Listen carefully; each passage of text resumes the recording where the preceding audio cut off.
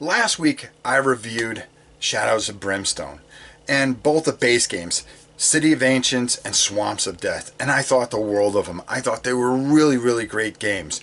But this week we're going to take a look at all the expansions that are out for it so far. That means Cave of Cinders, Frontier Town, and then the numerous booster packs that they have. Does it make the game even better, or does it make it take a step backwards? Is it too much too soon? Well, let's head down to the table and take a look. So now we're going to take a look at some of the expansion packs. These expansion packs really turned out to be fabulous. The Guardians of Targa, which added a real big boss that normally you wouldn't see in the regular game, but it adds to that whole area by having a boss. And you can see the model is beautiful and was a lot easier to put together than the base set. It was just really good experience to put that together and paint it up very quickly. That came with a card, and that guy, let me tell you, this guy's really tough, and he just adds a lot to the game.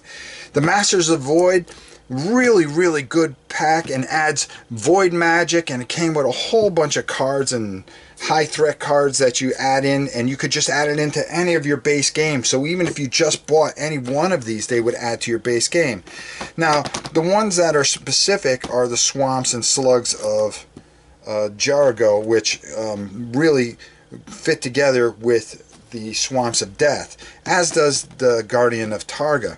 But the Hell Vermin, they came and they were very easy to put together. They were just two pieces and you snapped them together without a problem. And the same thing with the Void guys. They were just so easy to put together. All you did was glue the head on and then they were ready to start painting, and I'm still working on those.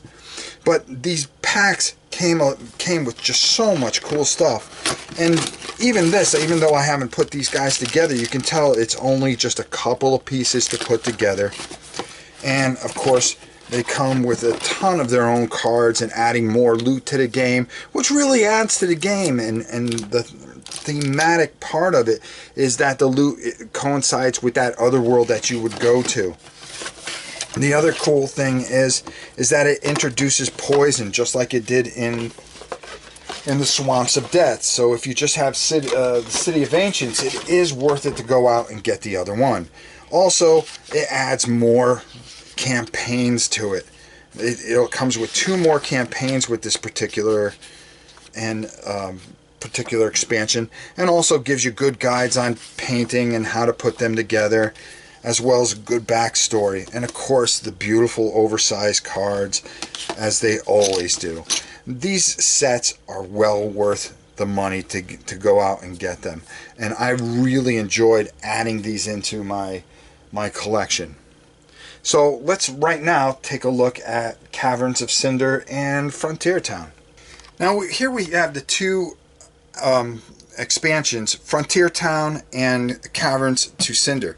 Caverns to Cinder is part of the other worlds. Those are the chances that you take when you go through a gate that you can end up going to one of these worlds. And it comes with an adventure book that once you get in there, all the different things that you can do there. It adds poker chip tokens, which really makes it easier to keep track of experience points during the game, so you don't have to do a ton of writing and break up new tiles. And of course these baddies, which, to be honest with you, were just awesome, because all they were just one piece. It was all together, didn't have to put anything together. All you had to do was just glue it to the base, which is a big help, and it helps you get going right away. There's lava spaces and new hellfire rules, and then of course a whole bunch of new scenarios to add in, which adds even more. And we haven't even got to half of these yet, and we just have enjoyed everything about this. This is such a meaty expansion, and some of the things that can happen in the other world, just tremendous. And then Frontier Town.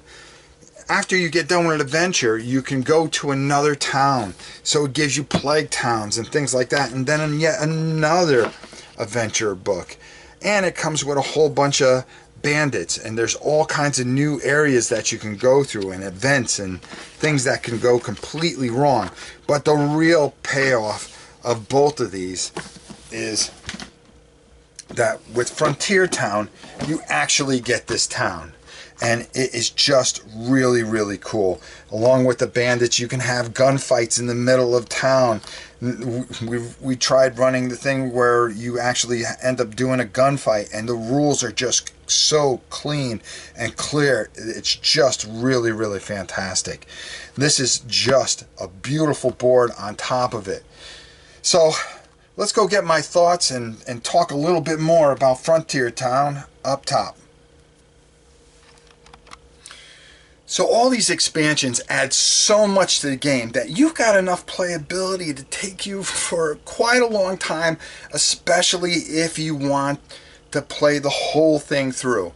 The only thing that I wish that some of these expansions had was to go higher than level 8, which from what I heard, the next big expansion is supposed to raise the cap limit. Once you get to the cap, it even says in the book, and that's it, you can't add anything else. So the best thing to do is to add another character. But I have to tell you that all of these are just fantastic, and they add so much different flavor. It almost changes the game, but it doesn't, because it just adds so many different adventures and things. I can tell you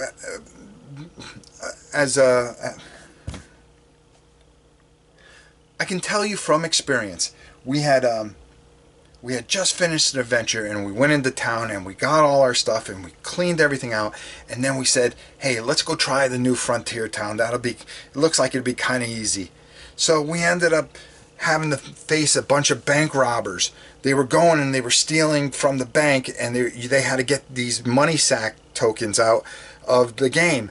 So we had to stop them before they did that, and we would get experience. We almost died in the town.